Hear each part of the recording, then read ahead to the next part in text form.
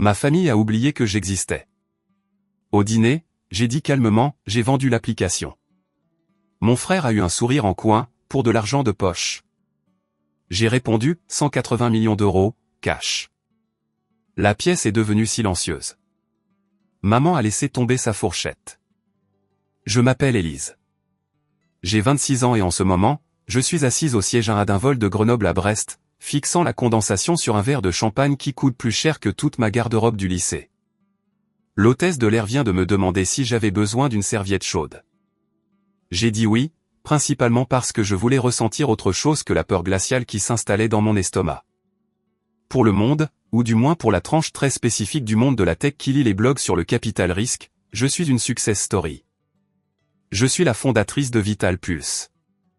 Je suis la femme qui vient de signer un contrat d'une valeur de 180 millions d'euros. En cash et en action.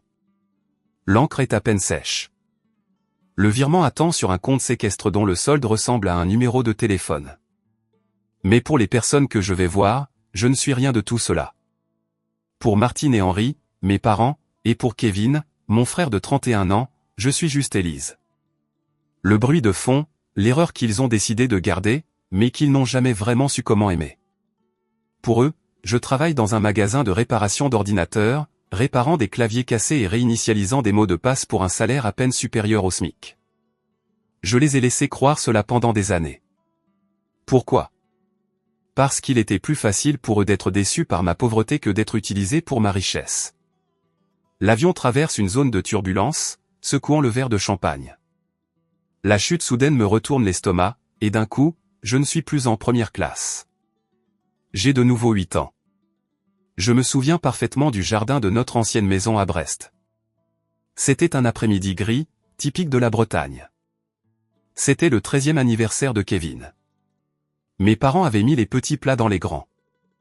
Il y avait un château gonflable, un barbecue préparé par un traiteur, et près de 40 enfants qui couraient partout en criant.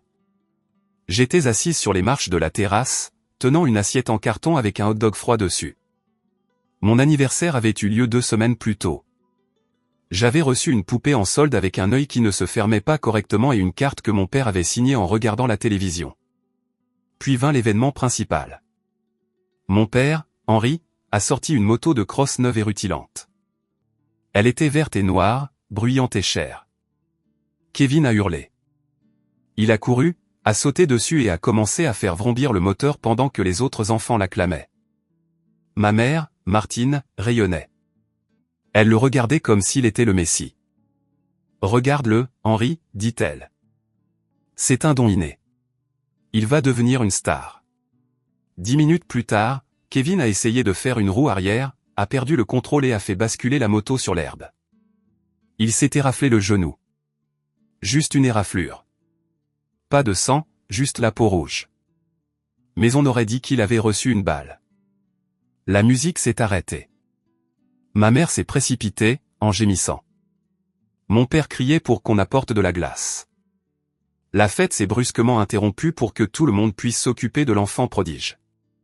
Dans le chaos, j'avais erré jusqu'à la balançoire. J'essayais de voir jusqu'où je pouvais monter, d'essayer de voir par-dessus la clôture, peut-être d'essayer de voir un monde où j'avais de l'importance. J'ai glissé. Je suis tombé lourdement sur les dalles en béton de la terrasse. Mon coude s'est ouvert. Le sang a commencé à couler le long de mon bras, tachant mon t-shirt blanc bon marché. La douleur était si intense que je n'ai pas pu respirer pendant une seconde. Je me suis approché de la foule qui entourait Kevin. J'ai tiré sur la chemise de ma mère. « Maman » ai-je murmuré. « Je saigne. » Elle n'a même pas baissé les yeux. Elle a balayé ma main comme si j'étais une mouche. « Pas maintenant, Élise » a-t-elle lancé. « Tu ne vois pas que ton frère est blessé ? Arrête d'essayer de tout ramener à toi. Rentre à l'intérieur et lave ça. » Je suis resté là un instant, le sang coulant sur mes baskets, la regardant embrasser le genou intact de Kevin. C'est la première fois que j'ai appris la règle de notre maison. La douleur de Kevin est une tragédie. Ma douleur est un inconvénient. Je suis entré dans la maison, j'ai grimpé sur le lavabo de la salle de bain et j'ai nettoyé le gravier de mon bras avec de l'eau froide qui piquait. Je l'ai enveloppé de papier toilette et de ruban adhésif parce que nous n'avions plus de pansement. Je n'ai pas pleuré. C'est ce jour-là que j'ai arrêté de pleurer pour eux. Le pilote annonce notre descente vers Brest. Les nuages gris à l'extérieur du hublot sont exactement les mêmes que ce jour-là. Je prends une gorgée de champagne. Il a un goût de luxe, mais il n'efface pas le goût de ce souvenir. Je retourne là-bas. Mais cette fois, je ne suis pas la petite fille au bras bandé avec du ruban adhésif. Je suis celle qui tient le chèque. Si l'incident de la moto de cross était la fissure dans les fondations, l'incident de l'appendicite a été le moment où toute la maison s'est effondrée sur moi. J'avais 16 ans. C'était un mardi de novembre. Je me suis réveillé avec une douleur sourde près de mon nombril. À midi, pendant mon examen d'histoire, elle s'était déplacée vers le bas de mon côté droit et s'était transformée en quelque chose qui ressemblait à un couteau chaud qui se tordait à chaque mouvement. J'ai raté l'examen parce que je ne pouvais pas me concentrer sur la révolution industrielle alors que mes entrailles semblaient exploser. J'ai réussi à rentrer de l'école à pied, plié en deux tous les 100 mètres. Quand j'ai franchi la porte d'entrée, la maison était en effervescence. Kevin, qui avait 21 ans à l'époque et vivait à la maison après avoir raté son premier semestre dans une université publique, se préparait pour son match de championnat. Ce n'était pas un vrai championnat. C'était un championnat de football amateur pour adultes, mais pour Martine et Henri, c'était la Coupe du Monde. Ils étaient dans la cuisine, préparant des encas et remplissant des glacières. « Maman » ai-je haleté, m'appuyant contre le cadre de la porte. Mon visage était pâle, en sueur. Quelque chose ne va pas. Mon ventre. Je crois que j'ai besoin d'un médecin. Ma mère n'a pas levé les yeux des sandwichs qu'elle préparait. Prends du Doliprane, Élise. Nous devons partir dans 10 minutes. Kevin a besoin de nous là-bas pour l'échauffement. Non, ai-je dit, la voix tremblante. C'est grave. Ça fait vraiment mal. S'il te plaît. Kevin est entré en uniforme, jonglant avec un ballon. Elle fait juste semblant parce qu'elle a raté son test d'histoire, a-t-il ri. La reine du drame, Élise, comme d'habitude. Mon père m'a regardé, puis a regardé sa montre. On n'a pas le temps pour un détour, ma puce. Si tu es toujours malade quand on rentrera, on verra ça. Je me suis effondré sur le sol en lino. La douleur était maintenant aveuglante. Je me suis recroquevillé en position fétale. Je ne peux pas marcher, ai-je murmuré. Ma mère a soupiré. C'était un son fort, exaspéré, que je n'oublierai jamais. Elle m'a enjambé. Littéralement, elle a enjambé mon corps pour atteindre la glacière. Très bien, reste ici. Mais ne t'attends pas à ce qu'on te ramène à manger si tu vas bouder toute la soirée. Allez, Henri. Kevin, on y va. Et ils sont partis. Ils ont enjambé leur fille qui se tordait de douleur sur le sol de la cuisine pour aller voir leur fils adulte jouer un match de football sans importance. Le silence de la maison après que la porte a claqué était terrifiant. Je savais avec une clarté qui ne vient généralement qu'aux adultes que si je ne faisais rien, je pourrais mourir. Et je savais que mes parents seraient probablement plus agacés par les frais d'obsèques que par ma perte. J'ai rampé jusqu'au téléphone fixe. J'ai appelé une compagnie de taxi. Je n'ai pas appelé le 112 parce que j'étais terrifié par la facture de l'ambulance, une peur instillée en moi en entendant mon père se plaindre d'argent tous les jours, bien qu'il ait acheté une nouvelle voiture à Kevin cette année-là. Quand le taxi est arrivé, le chauffeur, un homme plus âgé d'origine maghrébine nommé Monsieur Ben Ali, m'a jeté un regard alors que je rampais dans l'allée et a couru pour m'aider. Il m'a porté sur la banquette arrière. Il a roulé à 130 km/h jusqu'aux urgences les plus proches. Il est même resté dans la salle d'attente jusqu'à ce que les infirmières m'emmènent. Un inconnu s'est plus soucié de ma survie en 20 minutes que mes parents en 16 ans. Mon appendice s'était rompu. Le chirurgien m'a dit plus tard que si j'avais attendu 2 heures de plus, l'infection serait devenue septique et je n'aurais probablement pas survécu. Je me suis réveillé de l'opération seul, sans fleurs, sans ballon, juste le bip du moniteur. Mes parents sont arrivés 2 jours plus tard. 2 jours. Quand ils sont entrés dans la chambre, mon père tenait un ballon métallique dégonflé sur lequel était écrit « Bravo l'équipe ». Un reste évident du match de Kevin. « Tu nous as vraiment fait peur », a dit ma mère en tirant une chaise, mais elle n'avait pas l'air effrayée. Elle avait l'air agacée. « La part de la mutuelle va être ridicule, Élise. Tu sais que les temps sont durs en ce moment avec les mensualités de la voiture de Kevin. » J'ai failli mourir, ai-je dit. Ma voix était rauque à cause de l'anesthésie. Oh, ne sois pas dramatique, a dit Kevin depuis le seuil de la porte. Il n'est même pas entré dans la chambre. Il envoyait des SMS sur son téléphone. C'est une opération de routine. Les gens se font opérer de ça tous les jours. C'était le moment. C'est à ce moment-là que j'ai réalisé que j'étais biologiquement la leur, mais émotionnellement, j'étais une orpheline. J'ai arrêté d'attendre qu'il m'aime. J'ai arrêté d'attendre qu'il me protège. J'ai réalisé que la seule personne qui allait sauver Élise, c'était Élise. La remise des diplômes du lycée, 2 ans plus tard, a été le dernier clou dans le cercueil, ou plutôt le pistolet de départ de mon évasion. J'avais passé mes 2 dernières années de lycée à travailler comme plongeuse dans un restaurant et à cacher l'argent dans un manuel de biologie évidé. J'étudiais en récurant la graisse des assiettes. J'ai eu d'excellentes notes. J'ai été accepté dans le cursus d'informatique à l'université de Bretagne occidentale. Ce n'était pas Polytechnique, mais c'était mon billet de sortie. Kevin avait obtenu son diplôme après sa 3e tentative à l'université ce même mois, avec une licence en études générales et une moyenne qui frisait à peine le octobre 2020. Mes parents lui ont organisé un gala. Ils ont loué une salle. Ils lui ont acheté un Audi Q5 flambant neuf parce qu'il avait travaillé si dur pour se trouver. Pour moi, ils ont oublié de commander un gâteau. Mon père m'a tendu une carte avec 50 € dedans et a dit « Ne dépense pas tout d'un coup ». Quand je leur ai montré ma lettre d'acceptation et le dossier d'aide financière, ma mère a froncé les sourcils. Ça ne couvre que les frais de scolarité, Élise. Et le logement, les livres, la nourriture? J'espérais, ai-je commencé, me détestant de même demander, que peut-être vous pourriez vous porter garant pour un petit prêt étudiant ou m'aider avec le loyer. Ma mère a ri. Ce n'était pas un rire méchant, juste un rire dédaigneux, ce qui était pire. Oh, ma chérie. On vient de refinancer la maison pour payer le voyage post-diplôme de Kevin en Europe. Il a besoin de voir le monde pour trouver l'inspiration pour sa carrière. On ne peut pas s'endetter davantage pour toi. Tu es intelligente. Tu te débrouilleras. Tu t'es toujours débrouillée. Tu te débrouilleras. L'hymne de ma vie. Le jour du déménagement fut silencieux. Il n'y eut aucune fanfare. Aucun parent pour m'aider à faire mes cartons.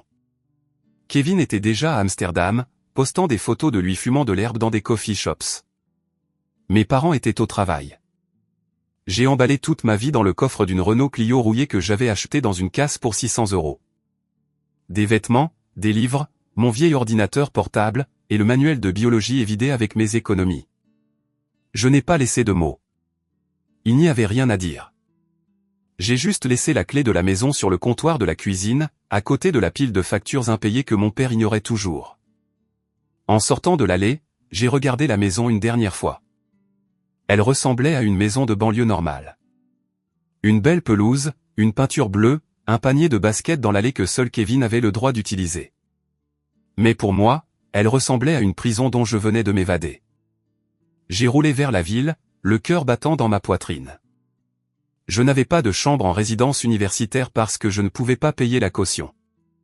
J'avais trouvé une chambre dans un appartement en colocation avec 4 autres personnes dans un quartier peu engageant près de l'université.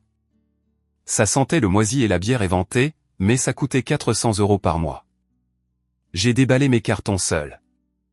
J'ai mangé une tasse de nouilles instantanées pour le dîner, assise par terre parce que je n'avais pas de chaise.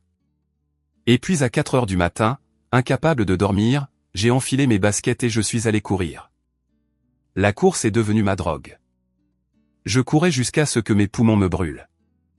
Je courais jusqu'à ce que mes jambes soient en plomb. Je courais parce que si je m'arrêtais, la réalité écrasante que j'étais complètement seul au monde me rattraperait. Je courais dans les rues sombres de Brest, devant les tentes de sans-abri, devant les magasins fermés, devant les campus technologiques étincelants où les gens gagnaient des salaires à 6 chiffres.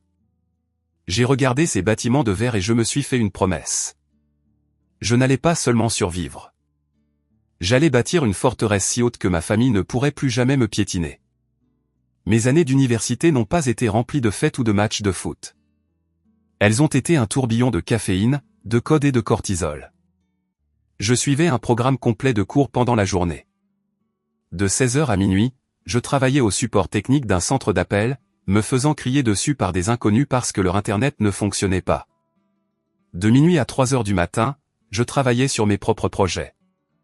C'est là que j'ai rencontré Julien. Julien était la seule autre personne dans la salle informatique à 2 heures du matin un vendredi soir. C'était un gars maigre avec des cheveux en désordre et un sweat à capuche qui semblait ne pas avoir été lavé depuis un mois. Il m'a trouvé endormi, le visage sur mon clavier, bavant légèrement. « Tu vas avoir le syndrome du canal carpien en dormant comme ça », a-t-il dit. Ce fut le début du partenariat le plus important de ma vie. Nous nous sommes liés d'amitié en étant fauchés et obsédés par l'efficacité. Nous mangions des sandwichs périmés des distributeurs automatiques du campus parce qu'ils étaient à moitié prix. Nous pirations le Wi-Fi de la bibliothèque après les heures d'ouverture. L'idée de Vital Pulse n'est pas venue d'un coup de génie. Elle est venue du désespoir. J'étais tout le temps malade, ulcère de stress, migraine, insomnie. J'avais besoin d'un moyen de suivre mes propres marqueurs de santé parce que je ne pouvais pas me permettre d'aller chez le médecin.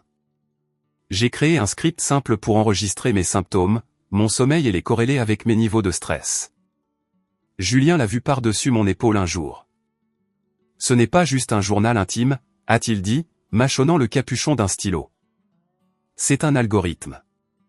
Si tu pouvais intégrer ça avec des données de wearable, Élise, les gens paieraient pour ça. » Nous avons commencé à construire.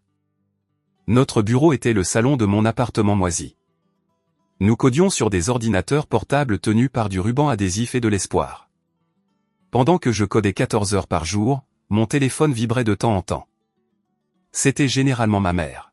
« Tu as vu les photos que Kevin a postées ?» demandait-elle, en sautant le bonjour. Il est en Italie maintenant. Il dit que les pâtes sont incroyables. Il est si beau. Élise, tu devrais commenter ces photos. Il se sent mal que tu sois si distante. Je regardais mon bol de ramen instantané, le sodium brûlant les aftes dans ma bouche, et je regardais la photo de Kevin tenant un verre de vin sur un balcon à Florence. Mes parents payaient pour ça. Ils payaient pour son voyage d'autodécouverte pendant que je décidais entre acheter du dentifrice ou un ticket de bus. C'est bien, maman, disais-je d'une voix plate. Je dois retourner travailler. Travailler, travailler, travailler, se moquait-elle. Tu vas te transformer en une vieille fille ennuyeuse avant tes 25 ans. Kevin, lui, profite de la vie. Tu devrais essayer un jour. J'ai raccroché. Je ne lui ai pas parlé de l'application. Je ne lui ai pas dit que Julien et moi venions d'atteindre nos 1000 premiers utilisateurs. Je ne lui ai pas dit qu'un investisseur providentiel regardait notre présentation. J'ai appris à cacher mes victoires parce que si je les lui montrais, elle trouverait un moyen de les faire paraître petites par rapport à l'existence de Kevin. Kevin m'a appelé une fois pendant cette période. Il était 3 heures du matin, mon heure. Il était ivre. « Salut, Lise », a-t-il baragouiné. « J'ai besoin d'un service. J'ai trop dépensé sur la côte amalfitaine. Maman et papa sont au bout de leur carte de crédit. Tu peux me virer genre 500 balles ? Je sais que tu bosses à ton petit boulot d'informatique. » Je n'ai pas 500 €, Kevin, ai-je dit. J'ai 12 € sur mon compte courant. Il a ri. Un son cruel et pâteux. Mon Dieu, tu ne sers à rien. Juste à jouer avec les ordis et à rester pauvre. Tant pis. J'appellerai mamie. Il a raccroché. J'ai fixé le téléphone. Puis je me suis retourné vers l'écran et j'ai codé jusqu'à ce que mes yeux saignent. Chaque ligne de code était une brique dans le mur que je construisais entre nous. À 23 ans, Vital Pulse avait obtenu son premier tour de financement sérieux. Nous n'étions pas riches, mais nous pouvions payer les factures. Nous avions déménagé dans un petit bureau sans fenêtre au centre-ville de Brest. Puis est arrivée la convocation. Kevin allait se marier. Il avait rencontré une fille nommée Mélanie dans un bar 3 mois plus tôt et apparemment, c'était le grand amour. Mes parents étaient aux anges. Ils organisaient un mariage qui coûtait plus cher que mes frais de scolarité. Ma mère m'a appelé un mois avant la date. « Tu viens, évidemment », a-t-elle dit. Ce n'était pas une question. « Maman, je ne peux pas », ai-je dit. Nous lançons la version bêta ce week-end. C'est crucial. C'est le mariage de ton frère, Élise, a-t-elle hurlé. La famille passe avant tout. Et puis, on a besoin de toi. besoin de moi pourquoi? Eh bien, le photographe est cher, alors nous l'avons engagé uniquement pour la cérémonie. On a besoin que tu prennes des photos à la réception. Tu as un appareil photo, non? Et on a besoin d'aide pour l'installation et pour conduire les invités de l'hôtel. Je n'étais pas invité en tant qu'invité. J'étais réquisitionné comme main-d'œuvre gratuite. Je voulais dire non. Mon Dieu, comme je voulais dire non, mais le conditionnement à la culpabilité est profond. J'ai pris l'avion pour rentrer. J'ai payé mon propre billet, ce qui a coûté à l'entreprise une semaine de liquidité. Le mariage a été un cauchemar. Mes parents avaient de nouveau hypothéqué la maison pour le payer. Kevin portait un smoking à 3000 €. Je portais une robe que j'avais achetée dans une friperie. Pendant la réception, alors que je courais partout en sueur, prenant des photos de parents ivres avec mon réflexe d'entrée de gamme, les discours ont commencé. Mon père s'est levé, tenant une coupe de champagne. À mon fils, Kevin, a-t-il rayonné, les larmes aux yeux. La lumière de nos vies. Tu as toujours été spécial, mon fils. Nous sommes si fiers de l'homme que tu es devenu. Tu mérites le monde. Ma mère a pris le micro. Et à Mélanie, bienvenue dans la famille. Nous sommes si heureux que Kevin ait trouvé quelqu'un qui l'apprécie. Nous avons toujours soutenu Kevin en tout. Et le voir ici aujourd'hui, c'est notre plus grande réussite. J'étais debout à 3 mètres de là, tenant un appareil photo, les pieds meurtris dans des talons bon marché. Ils ne m'ont pas mentionné. Pas une seule fois. Ils ont remercié le traiteur. Ils ont remercié le DJ. Ils ont remercié les invités qui avaient voyagé de loin, mais la fille qui capturait leurs souvenirs était invisible. Puis Kevin a pris le micro. Il a regardé la salle, s'imprégnant de l'adoration. Je veux remercier mes parents, a-t-il dit, la voix chargée d'émotion. Vous êtes les meilleurs. Vous n'avez jamais cessé de croire en moi, même quand les choses étaient difficiles. Vous êtes le seul système de soutien que j'ai jamais eu. Le seul système de soutien. J'ai pensé à Julien, à qui j'avais envoyé un texto de panique plus tôt. Il n'était pas là, mais sa réponse était gravée dans mon esprit. Il ne te mérite pas, et il revient au bureau. Nous construisons le futur. Eux, ils ne font que répéter le passé. J'ai posé l'appareil photo sur une table. Je n'ai pas dit au revoir. Je suis sorti par la porte de derrière de la salle de réception, je suis monté dans ma voiture de location et j'ai conduit directement à l'aéroport. J'ai bloqué leur numéro pendant 3 mois. Le mariage a duré 6 mois. Mélanie a quitté Kevin parce qu'elle a réalisé qu'il n'avait pas de travail, pas d'ambition et qu'il était entièrement dépendant de ses parents. Mes parents ont perdu 40 000 € dans ce mariage. Mais j'ai gagné quelque chose. J'ai gagné la certitude absolue que je ne les laisserai plus jamais m'utiliser. Cette nuit-là, j'ai repris l'avion pour Brest, je suis entré dans notre petit bureau à 2 heures du matin et j'ai dit à Julien, au travail. Je veux un jour acheter un immeuble qui jettera une ombre sur toute leur maison. 2 ans après le désastre du mariage, j'étais assise dans un bureau d'angle avec vue sur la rade de Brest. Vital Pulse était passé du sous-sol sans fenêtre à une suite au mur de verre au 20e étage. Nous avions 60 employés. J'avais 25 ans et je venais de figurer sur une liste des 30 de moins de 30 ans dans un magazine tech. Bien sûr, ma famille n'était pas au courant de la liste. J'utilisais mon deuxième prénom pour les communiqués de presse afin de rester discrète. Pour eux, je réparais toujours des ordinateurs quelque part en ville. J'étais en pleine revue de code avec mon ingénieur principal quand mon téléphone personnel a vibré. C'était Martine. D'habitude, je laissais sonner, mais ils appelaient de manière répétée depuis 2 jours. J'ai fait signe à mon équipe de me donner 1 minute et je suis sorti dans le couloir. Allô? Élise. Enfin, la voix de ma mère était haletante, frénétique. Où étais-tu? J'essaie de te joindre toute la semaine. Je suis au travail, maman. Qu'est-ce qui ne va pas? Papa va bien? Papa va bien. C'est Kevin. Il y est bien, il a eu un coup de malchance à son travail. Un coup de malchance, ai-je demandé, appuyant mon front contre la vitre froide de la fenêtre. Tu veux dire qu'il s'est fait virer? Il ne s'est pas fait virer, a-t-elle répliqué sur la défensive. C'était une séparation d'un commun accord. Son manager était jaloux de ses compétences en leadership. Kevin est un visionnaire, Élise. Il intimide les gens qui ont une petite vision. Je me suis mordu la langue si fort que j'ai senti le goût du cuivre. Kevin travaillait comme superviseur d'équipe dans un magasin d'électronique. Je doutais que son leadership visionnaire soit le problème. D'accord, ai-je dit en vérifiant ma montre. Alors, qu'est-ce que tu veux que je fasse? Eh bien, son ton est passé à cette douceur sucrée et manipulatrice que je connaissais trop bien. On se disait. Tu travailles dans ce magasin d'informatique, n'est-ce pas? Tu y es depuis quelques années. Tu dois avoir un peu d'influence sur le directeur. J'ai fermé les yeux. Maman, Kevin a besoin d'un nouveau départ. Il doit être dans un environnement qui apprécie son intellect. Je veux que tu parles à ton patron. Obtiens un entretien pour Kevin. Peut-être pour un poste de direction ou de consultant senior. Il est très bon avec les gens. J'ai failli laisser tomber le téléphone. L'absurdité de la situation me donnait le vertige. J'étais la PDG. Je pouvais techniquement embaucher qui je voulais. Mais l'idée d'amener Kevin, paresseux, arrogant, incompétent, dans l'entreprise que j'avais bâtie avec mon propre sang et ma sueur était physiquement répugnante. Maman, ai-je dit lentement. Je ne peux pas faire ça. Pourquoi pas? Sa voix s'est instantanément aiguisée. Tu as honte de lui?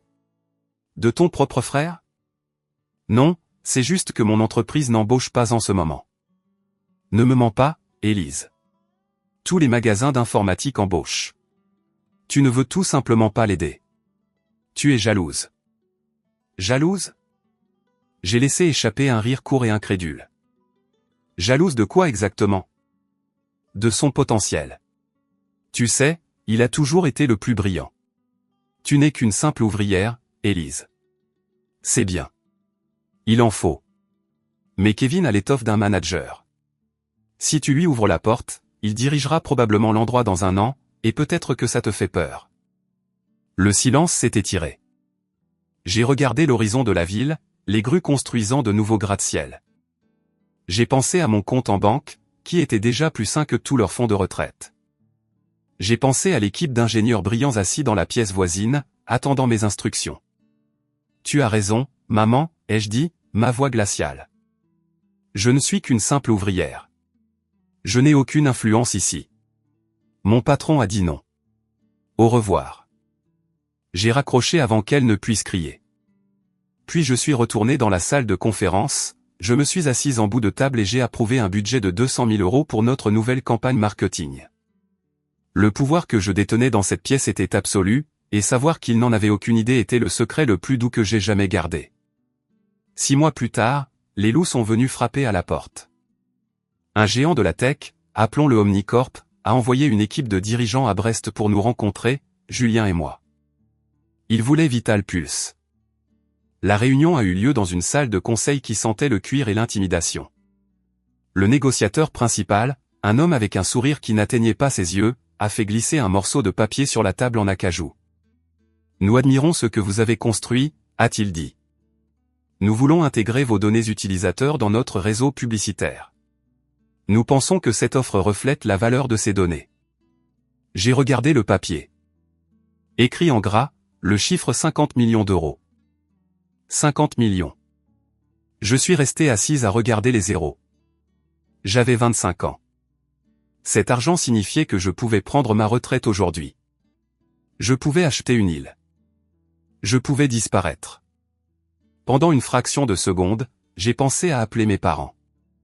J'ai imaginé l'expression sur le visage de Martine si je lui disais que je valais 50 millions d'euros. J'ai imaginé Kevin s'étouffant de jalousie. C'est une offre généreuse, a murmuré Julien à côté de moi. Ses mains tremblaient légèrement sous la table. Élise, c'est le moment. C'est la sortie. Mais le négociateur a continué à parler.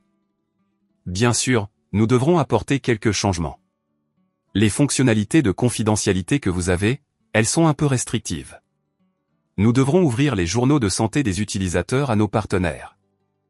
Publicité ciblée pour les produits pharmaceutiques, ajustement d'assurance, ce genre de choses. Nous monétisons l'anxiété. C'est le modèle. Mon estomac s'est noué. Vital Pulse a été créé parce que j'étais une enfant malade et seule qui avait besoin d'aide, pas une cible pour des publicités. J'ai pensé aux milliers d'utilisateurs qui nous envoyaient des emails pour nous dire que notre application leur avait sauvé la vie. Puis, étrangement, j'ai pensé à Kevin. La semaine précédente, j'avais appris par des rumeurs que Kevin avait été arrêté pour conduite en état d'ivresse. Il avait encastré sa voiture dans une camionnette garée. Il n'a pas été blessé, mais la voiture était une épave. Mes parents avaient de nouveau vidé leurs économies d'urgence pour payer sa caution et engager un avocat pour que cela soit requalifié en délit mineur. Ils jetaient de l'argent sur ces erreurs pour les faire disparaître. Ils vendaient leur intégrité pour sauver les apparences. Si je prenais cet argent, si je vendais mes utilisateurs juste pour devenir riche, je serais exactement comme eux. Je vendrais mon âme pour le confort. J'ai levé les yeux vers l'homme en costume. Non. La pièce est devenue complètement silencieuse. Le négociateur a cligné des yeux. Pardon? La réponse est non, ai-je dit, la voix ferme. Nous ne vendons pas. Pas à vous. Pas pour ce modèle. Élise, l'homme a gloussé avec condescendance. C'est 50 millions d'euros. Vous êtes une gamine. Vous réparez des ordinateurs, n'est-ce pas? N'est-ce pas ce que vous avez dit à la presse? Vous jouez à un jeu dangereux. Je ne joue pas, je me suis levé. Et le prix de mon intégrité est bien plus élevé que 50 millions. La réunion est terminée. Nous sommes sortis. Dans l'ascenseur, Julien s'est appuyé contre le mur et a expiré un souffle qu'il semblait retenir depuis 1 heure. Tu es folle, a-t-il dit en souriant. Tu le sais, n'est-ce pas? On aurait pu conduire des Ferrari demain. Je ne veux pas de Ferrari, ai-je dit en vérifiant mon téléphone. Je veux gagner. Et gagner, c'est le faire à ma façon. Ce soir-là, j'ai mangé des sushis à emporter dans mon appartement et j'ai regardé un film. Mon téléphone a sonné. C'était mon père. Élise, sa voix était fatiguée. Écoute, on est un peu à court ce mois-ci avec les frais de justice de Kevin. L'avocat est cher. Pourrais-tu nous dépanner de 200 €, juste jusqu'à la paix? 200 €. Je venais de refuser 50 millions. Je peux envoyer 100 €, papa, ai-je dit calmement. C'est tout ce que j'ai pour le moment. D'accord, a-t-il soupiré. D'accord. Merci, ma puce. Et, peut-être que tu devrais faire quelques heures supplémentaires. Tu sais, travailler plus dur. Kevin traverse une période difficile. On doit tous se serrer les coudes. Oui, ai-je dit en fixant l'horizon. Je travaillerai plus dur. C'est promis. J'ai envoyé les 100 €. C'était la dernière fois que je leur envoyais de l'argent. L'univers a une drôle de façon de vous récompenser lorsque vous tenez bon. Ou peut-être qu'il apprécie simplement l'ironie dramatique. 8 mois après avoir rejeté Omnicorp, un énorme conglomérat de la santé nous a approchés. Ils ne voulaient pas dépecer l'application. Ils voulaient l'utiliser comme moteur de soins préventifs pour l'ensemble de leur réseau hospitalier. Ils voulaient préserver la confidentialité. Ils voulaient garder l'équipe. Ils voulaient que je reste en tant que conseillère stratégique. La négociation a duré 3 mois. C'était épuisant. Avocat, audit, nuit blanche à examiner des contrats plus épais que des annuaires téléphoniques. Mais le 20 décembre, 4 jours avant Noël, je me suis assise dans une salle de conférence à Grenoble, où nous avions déménagé le siège social pour des raisons fiscales, et j'ai signé les derniers documents. Le prix de vente était de 180 millions d'euros. Après impôts, après avoir remboursé les investisseurs, après avoir donné de généreux bonus à Julien et aux premiers employés, j'ai personnellement touché environ 110 millions d'euros. Lorsque le virement a atteint mon compte, je n'ai pas crié. Je n'ai pas sabré le champagne.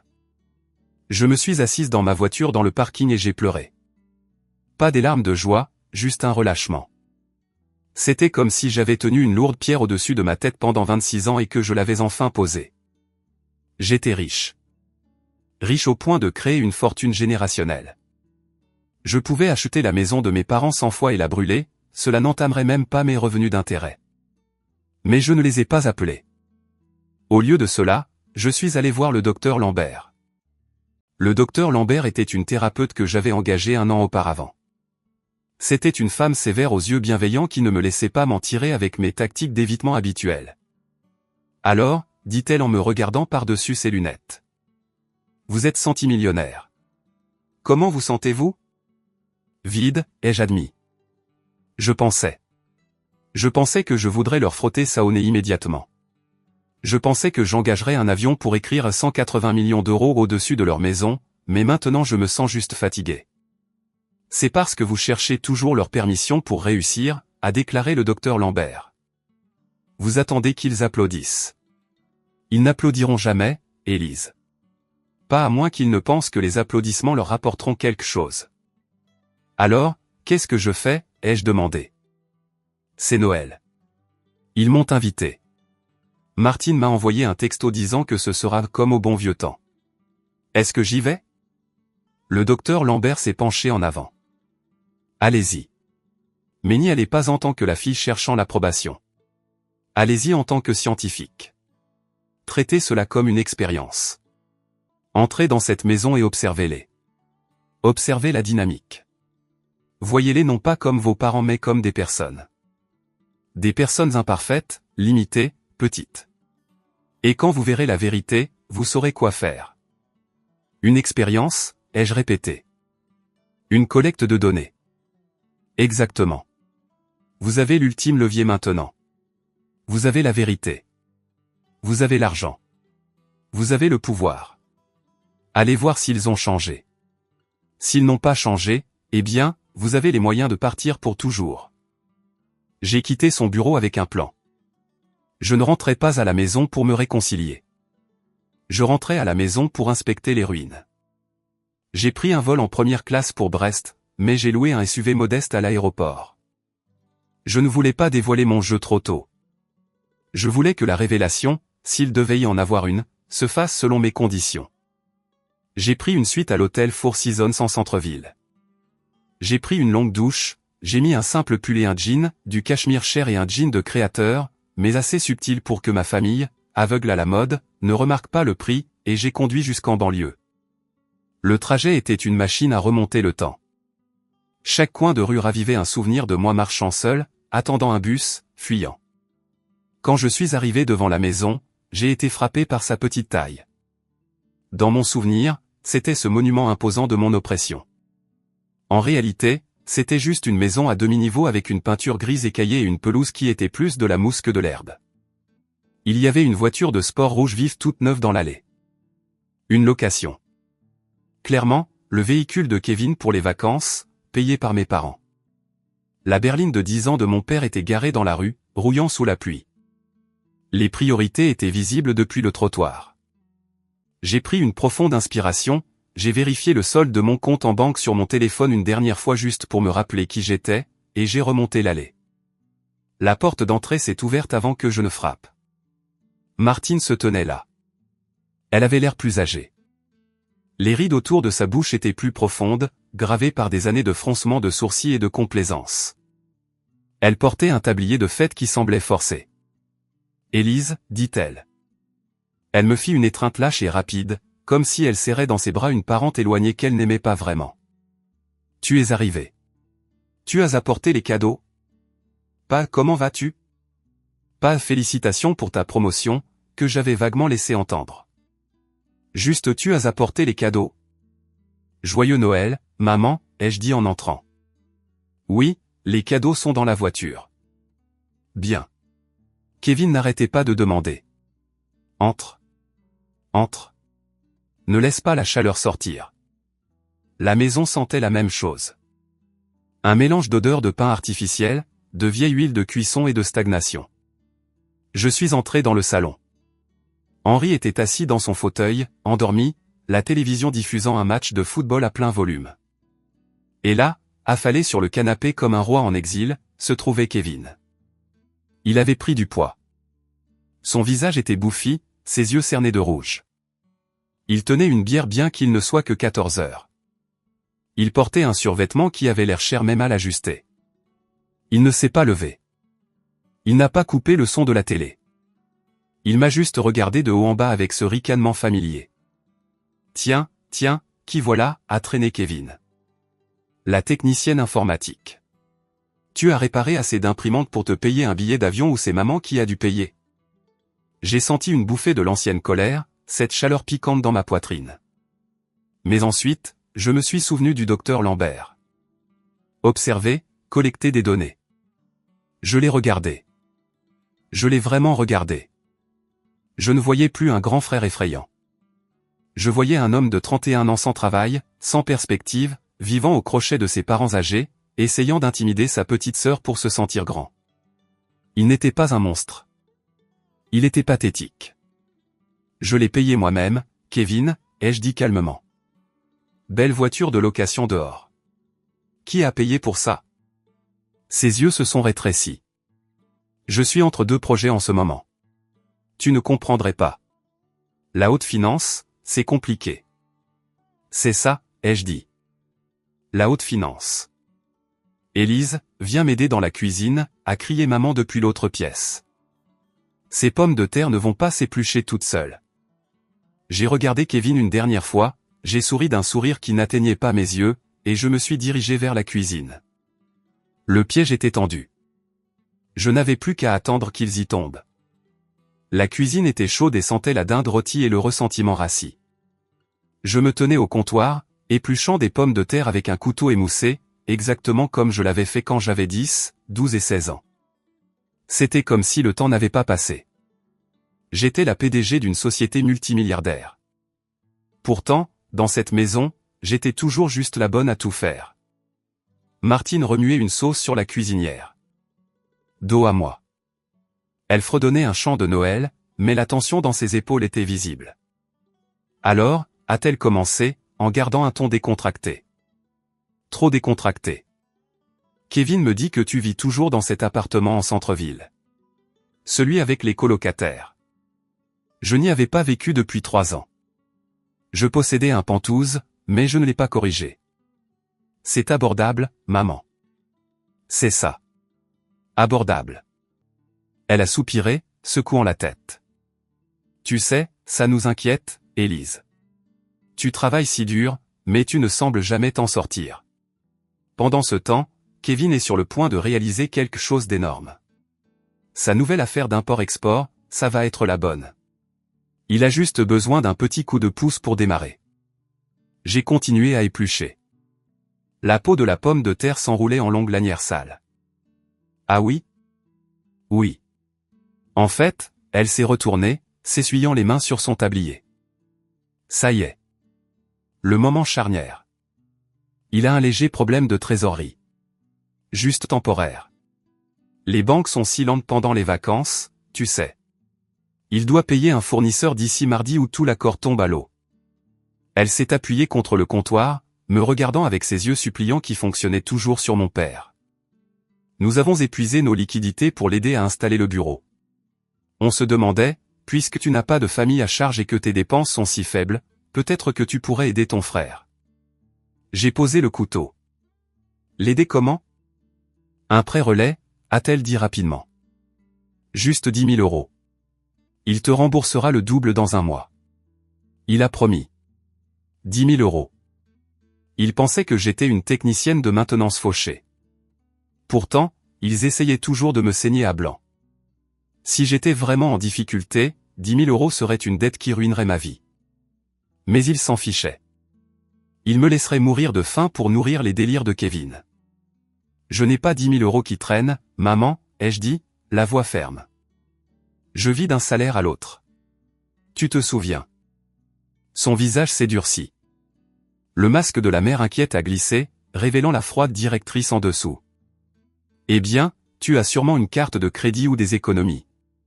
Élise, c'est de son avenir qu'il s'agit. Ne sois pas égoïste. Tu as toujours été si radine. Radine, ai-je répété. Je vous ai envoyé de l'argent pour son avocat. Je vous ai envoyé de l'argent pour son loyer. Je n'ai jamais demandé un centime en retour. C'était la famille qui aidait la famille, a-t-elle lancé. Mon Dieu, tu comptes tout. Bon, oublie que j'ai demandé. Si tu veux voir ton frère échouer, ce sera sur ta conscience. Elle s'est retournée vers la sauce, remuant agressivement. J'ai repris la pomme de terre. Mes mains ne tremblaient pas.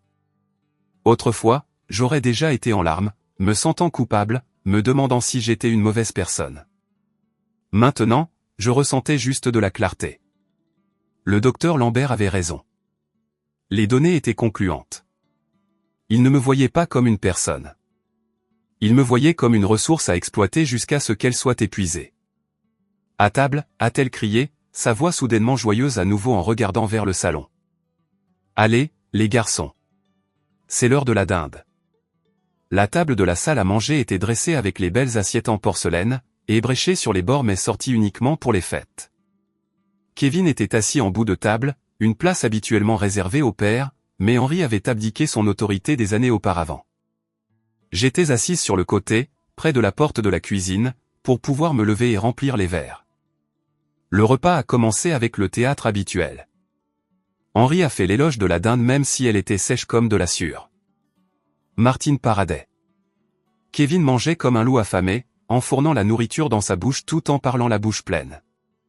Alors, a dit Kevin, en pointant sa fourchette vers moi. Maman dit que tu es toujours célibataire. Pas de mecs intéressés au magasin d'informatique où tu es juste trop occupé à redémarrer des routeurs? Il a ri de sa propre blague. Henri a gloussé nerveusement, me jetant un coup d'œil. Allons Kevin, sois gentil. Élise travaille dur. Je dis juste ça comme ça, a ricané Kevin en prenant une longue gorgée de vin. Elle a 26 ans. L'horloge tourne. Si elle ne trouve pas un mari bientôt, qui va s'occuper d'elle? Ce n'est pas comme si elle allait prendre sa retraite avec un salaire de technicienne. J'ai pris une gorgée d'eau. Je me débrouille très bien, Kevin. Comment vont les affaires d'importation? Il s'est raidi. Ça explose. On passe à l'international au prochain trimestre. Je regarde des propriétés à Cannes. Je vais avoir besoin d'un paradis fiscal. Il n'avait pas de passeport. Je savais pertinemment que son entreprise consistait à acheter des camelotes en dropshipping à l'étranger et à ne pas réussir à les revendre sur Amazon. Ça a l'air cher, ai-je dit. Maman a dit que tu avais besoin de 10 000 € pour payer un fournisseur. Le silence s'est fait à table. Kevin a lancé un regard noir à maman. Martine a pâli. Je n'ai pas dit ça, a menti rapidement Martine. J'ai dit que vous étiez en pleine expansion. Kevin a claqué son verre de vin sur la table. Je n'ai pas besoin de ton argent, Élise. Je n'ai besoin de rien de ta part. Je suis en train de bâtir un empire. Et toi, qu'est-ce que tu construis? Il s'est penché en avant, le visage rouge d'alcool et de méchanceté. Tu perds encore ta vie avec ce petit truc d'application que toi et ton copain nerd faisiez à la fac. Comment ça s'appelait? Vital quelque chose. Tu as déjà gagné un seul centime avec ça? C'est une entreprise, Kevin, ai-je dit doucement. Pas un hobby. C'est une blague, a-t-il crié. C'est une entreprise sans valeur. Personne ne se soucie de ton petit journal de santé. Tu te crois si intelligente parce que tu lis des livres, mais dans le monde réel, tu n'es personne. Tu es invisible. Kevin, ça suffit, a marmonné papa, fixant sa purée. Non, ça ne suffit pas, a hurlé Kevin. Elle arrive ici en se la jouant supérieure avec sa voiture de location et son attitude, refusant d'aider la famille. Elle est égoïste et elle perd son temps avec un rêve sans valeur et sans avenir. Voilà. Le déclencheur. Sans valeur. Le mot est resté en suspens dans l'air, vibrant. J'ai regardé Martine. Elle ne me défendait pas. Elle regardait Kevin avec sympathie, comme s'il était la victime de mon entêtement. J'ai soigneusement placé mes couverts sur l'assiette.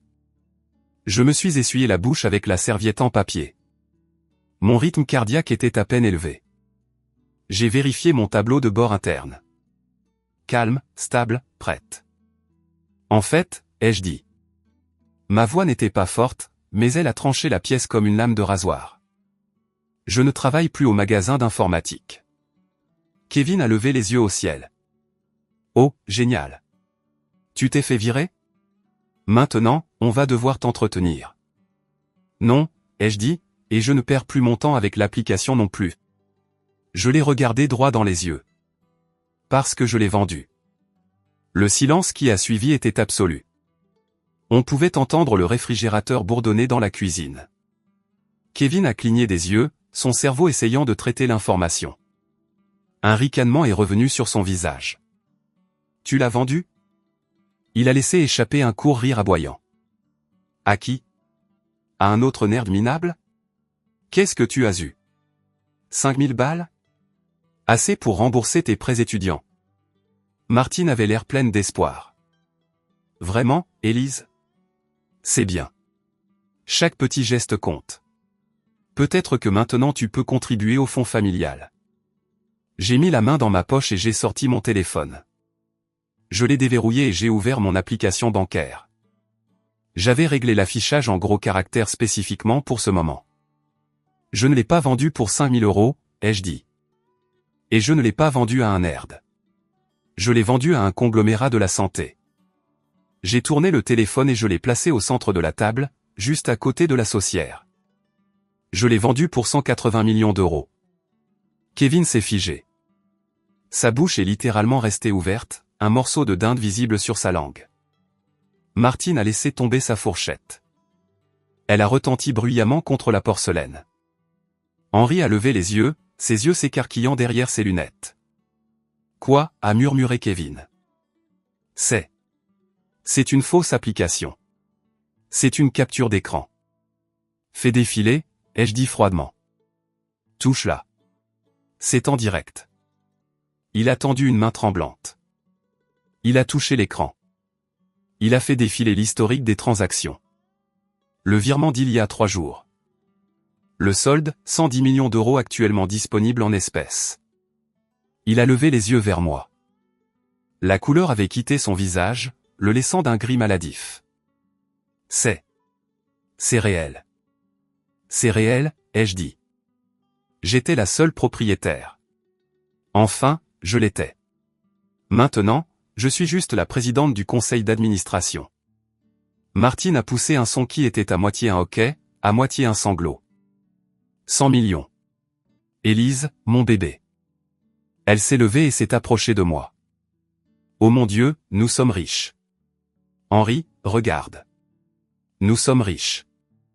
J'ai reculé. Non, ai-je dit. Nous ne sommes pas riches. Je suis riche. Martine s'est figée. Qu'est-ce que tu veux dire? Nous sommes une famille. Nous faisons tout ensemble. Vraiment? Je me suis levé. La chaise a raclé bruyamment contre le sol. Quand j'ai eu besoin de points de suture à 8 ans, tu m'as dit que je gâchais la fête de Kevin. Quand mon appendice a éclaté, vous m'avez enjambé pour aller à un match de foot. Quand je ne pouvais pas payer mon loyer, vous m'avez dit de me débrouiller. Quand j'ai essayé de vous parler de mon entreprise, vous l'avez qualifié de bobby stupide. J'ai regardé Kevin, qui fixait le téléphone comme si c'était le Saint Graal. Tu l'as qualifié de sans valeur, Kevin. Il y a 5 minutes. Tu as dit que je n'étais personne. Je plaisantais, a balbutié Kevin, un sourire désespéré et en sueur se formant sur son visage. Tu me connais, Lise. Je suis un farceur. On est frères et sœurs. C'est comme ça qu'on fait. Allez, ne sois pas comme ça. Je ne suis pas Lise, ai-je dit. Je suis la PDG qui vient de gagner plus d'argent en une seule transaction que toute cette famille n'en a gagné en 3 générations. Et je l'ai fait sans votre aide. En fait, je l'ai fait malgré vous. J'ai repris mon téléphone et je l'ai glissé dans ma poche. Tu voulais 10 000 €, Kevin? C'est ce que tu as demandé. Oui, a-t-il dit, les yeux s'illuminant. Juste un prêt, un investissement. Je peux gérer ton family office. Je peux gérer le portefeuille. J'ai ri. C'était un rire authentique et sombre. Tu ne peux même pas gérer une arnaque de dropshipping. Non, Kevin. Tu n'auras rien. Pas 10 000 €. Pas 10 €. Tu as tes parents. Tu as ta vision. Ça devrait suffire. Je me suis tourné vers Martine. Elle pleurait maintenant. Des larmes laides et terrifiées. Élise, s'il te plaît, ne pars pas. On peut en parler. On t'aime. Vous aimez l'argent, ai-je dit. Vous aviez oublié que j'existais jusqu'à ce que vous voyiez ce chiffre. Eh bien, vous pouvez recommencer à oublier. Profitez de la dinde. Elle est sèche. Je me suis retourné et je suis sorti de la salle à manger. Derrière moi, j'ai entendu Kevin crier sur sa mère, la blâmant, le son d'un verre se brisant contre le mur. Je n'ai pas bronché. Je suis sorti par la porte d'entrée dans l'air froid et pur de la nuit, et je suis monté dans ma voiture. Je n'ai pas regardé dans le rétroviseur. J'ai conduit directement au Four Seasons. J'ai commandé un hamburger en service de chambre et une bouteille de vin. J'ai mis mon téléphone en mode ne pas déranger, et l'appareil a failli vibrer jusqu'à tomber de la table. 47 appels manqués. 82 messages textes. La première douzaine venait de Martine. Ils ont commencé par du love bombing. Élise, ma chérie, s'il te plaît, reviens. Nous étions juste sous le choc et nous sommes si fiers de toi. Puis ils sont passés à la culpabilité. Comment peux-tu laisser ta mère pleurer le jour de Noël, et la famille partage, Élise, c'est une chose chrétienne à faire. Puis Kevin a pris le relais. Ses textos étaient maniaques. Tu me dois ça. Je te protégeais au lycée. Ce n'était pas vrai. Tu te crois meilleur que nous? Tu n'es rien sans nous. Si tu ne m'envoies pas 1 million d'euros d'ici demain, je vais voir la presse. Je leur dirai que tu m'as volé l'idée. Je n'ai répondu à aucun d'entre eux. J'ai fait des captures d'écran de tout. 3 jours plus tard, de retour à Grenoble, la menace juridique est arrivée. C'était une lettre d'un petit avocat de Brest. Mes parents me poursuivaient en justice. La plainte était absurde. Ils exigeaient une compensation rétroactive pour le gîte, le couvert et le soutien éducatif, plus des honoraires de consultation, affirmant que Kevin avait fourni une propriété intellectuelle cruciale pour Vital Pulse lors des dîners de famille. Ils demandaient 5 millions d'euros. C'était du racket. Ils pensaient que je paierais juste pour qu'ils me laissent tranquille. Je me suis assise dans mon bureau avec Julien et mon équipe juridique. Mon avocat général, un requin nommé Maître Dubois, a regardé la lettre et a ri. « C'est mignon », a-t-il dit. « Voulez-vous un règlement à l'amiable ?»« Non », ai-je dit. « Je veux les anéantir. » Nous avons compilé l'audit. J'ai demandé à mon comptable de sortir tous les dossiers financiers disponibles. Nous avons trouvé les registres des prêts que je leur avais envoyés au fil des ans. Nous avons trouvé les registres publics du refinancement de leur maison. Nous avons estimé le coût de mon éducation par rapport à celle de Kevin, en se basant sur l'école publique contre l'école privée, l'université publique contre ses multiples diplômes ratés. Maître Dubois a rédigé une réponse. Elle était brutale. Elle énumérait ligne par ligne la négligence financière dont j'avais souffert. Elle joignait les captures d'écran des textos de chantage de Kevin. Le paragraphe de clôture disait « Si vous poursuivez cette action en justice futile, Mademoiselle Élise intentera une contre-poursuite pour détresse émotionnelle et tentative d'extorsion. Elle publiera également ses messages textes et ses dossiers financiers au public ainsi qu'aux investisseurs des entreprises actuelles de Monsieur Kevin. Nous vous suggérons fortement de cesser tout contact immédiatement. Nous l'avons envoyé par courrier recommandé. Nous n'avons plus jamais eu de nouvelles de leur avocat. Le procès a été abandonné 48 heures plus tard. Silence. Cela fait 1 an depuis ce dîner. Je vis à Grenoble maintenant, à plein temps. J'ai acheté une maison au bord du lac. Elle a de grandes fenêtres, une cuisine de chef, et une chambre d'amis que mes amis utilisent vraiment. Julien a acheté la maison voisine. Nous travaillons sur un nouveau projet maintenant, quelque chose impliquant l'IA et l'accessibilité à la santé mentale. Je n'ai plus de nouvelles directes de mes parents. Mon avocat s'occupe de tout. Mais j'entends des choses par le bouche à oreille. La vie de Kevin a implosé. Environ 2 mois après Noël, une vidéo est devenue virale sur Reddit. Elle montrait un homme en uniforme de Darty criant sur un client, le traitant de pauvre déchet et fulminant sur le fait que sa sœur lui avait volé ses millions. C'était Kevin. Il s'est fait virer. L'entreprise d'importation s'est avérée être un système pyramidal, et il a perdu le peu d'argent qu'il restait à mes parents. Martine et Henri ont vendu la maison. La maison où j'ai grandi n'existe plus. Ils ont déménagé dans un appartement de 2 chambres dans une ville moins chère à 2 heures de là. J'ai entendu dire que Martine raconte aux voisins que sa fille est une PDG de haut vol qui est trop occupée à sauver le monde pour leur rendre visite. Elle s'accroche toujours à l'illusion d'une famille parfaite. Même après que j'ai brûlé le cadre photo. Hier, Une lettre est arrivée à mon bureau. Elle n'avait pas d'adresse de retour, mais j'ai reconnu l'écriture. C'était de mon père. Je l'ai ouverte. Elle était courte. Élise, je suis désolé. J'aurais dû dire quelque chose à table. J'aurais dû dire quelque chose il y a 20 ans. J'ai été faible. J'espère que tu es heureuse. Papa. Il n'y avait pas de demande d'argent. Juste un aveu de lâcheté. J'ai regardé la lettre pendant longtemps. Une partie de moi voulait pleurer. Une partie de moi voulait l'appeler, mais je me suis souvenu du ballon. Je me suis souvenu de lui regardant la télévision pendant que je saignais. Je me suis souvenu de son silence quand Kevin m'a traité de sans valeur. Des excuses sans changement de comportement ne sont que de la manipulation. Il était désolé d'avoir perdu son plan de retraite, pas sa fille. J'ai mis la lettre dans la déchiqueteuse. Je l'ai regardée se transformer en confetti. Puis j'ai lacé mes chaussures. J'ai mis mes écouteurs et je suis allé courir.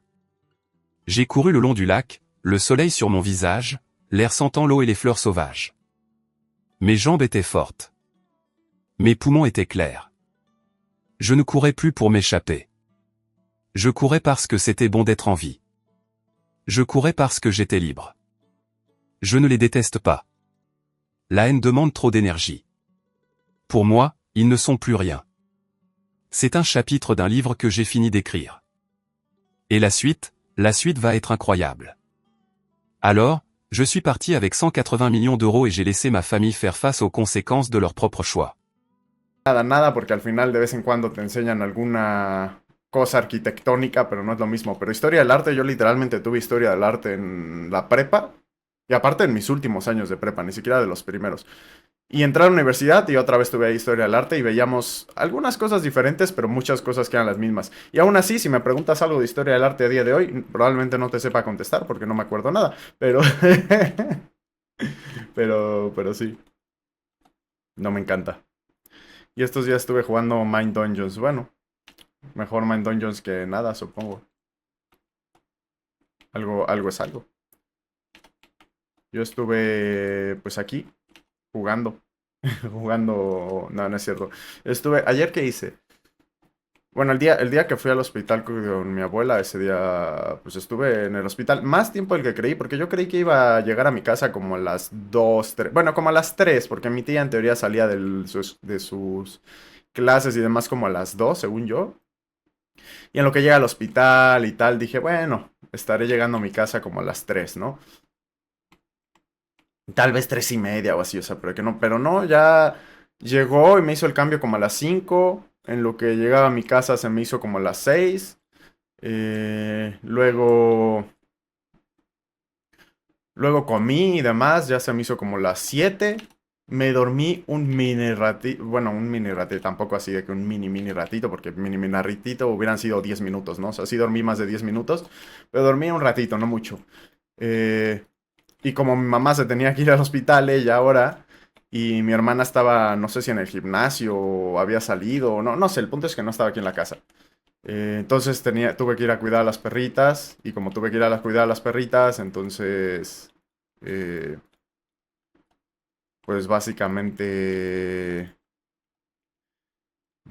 no hice nada. O sea, de que estuve ahí cuidándolas hasta que llegó mi hermana como a las 10:30, como entre 10:30, y luego en lo que se metía a bañar y todo eso, de todos modos estuve ahí otro rato de que, pues literal, cuidando a las perritas, esperando, y ya, cuando vi ya eran como 11:30, 12, entonces fue cuando dije, no, ya, muy tarde. Eso fue antier, según yo, o no sé, el día que fui al hospital, no recuerdo cuándo fue. Y ayer sí estuve en mi casa, estuve más tranquilo, pero pues lo mismo, ¿sabes? Que mi hermana sale al gym y como sale al gym me tengo que quedar yo cuidando a las perritas y como me tengo que quedar yo cuidando a las perritas, eh, pues eso también me quita un montón de tiempo porque tengo que estar ahí. Y de que a mi cuarto no las traigo mucho porque entre que no quiero que se orinen ni nada en mi cuarto, pero aparte porque no sé, según yo no, pero no sé si se puedan encontrar algo de que tirado en el piso o algo así que no quiera que se coman. Y es que literal ahorita pues son cachorras, ¿no? Entonces juegan un montón, se la pasan todo el tiempo ahí jugando y demás. Pero aparte de que se la pasan jugando, pues todo se lo meten en la boca también. Cualquier cosita que encuentren que se puedan comer, se la comen. Lo que no se pueden comer, tal vez no se lo comen, pero sí lo muerden. Entonces, de que tampoco es como que digas, uy, qué ganas de que estén aquí en mi cuarto haciendo desastres, ¿verdad? Eh, entonces, pues me quedo cuidándolas en el cuarto de mamá, pero pues en el cuarto de mamá no tengo la computadora, entonces, pues básicamente lo mismo, no hago nada durante esa, o sea, no hago nada entre comillas, ¿no? Me pongo a ver una serie o algo así en la tele, pero pues de que me quita tiempo al final de cuentas. Pero bueno, a ver qué me dices por aquí. La historia está padre, o sea, es aburrida, pero mi profe la explica de una manera que no sientes el tiempo, lo hace interesante. Bueno, sí, depende mucho del profesor. Yo el profesor que tenía de historia del arte, oh, era aburridísimo. O sea, no sé, daba las clases de una manera en la que te dormías. Literal, todos en la clase nos estábamos siempre durmiendo en su clase porque era aburridísima, aburridísima. Aparte que pues sí me daba temas que en ese momento, ya ahorita no me acuerdo, pero en ese momento todavía me acordaba más o menos de los temas porque de nuevo, venía de hablar de esos temas en la prepa, ¿no? Entonces tampoco tenía tantísimo tiempo sin ver esos temas. Y entre que eran temas que ya más o menos sabía qué rollo con ellos y que pues los explicaba muy aburrido, porque la verdad es que sí los explicaba aburridos. Eh, entonces pues eso, peor todavía.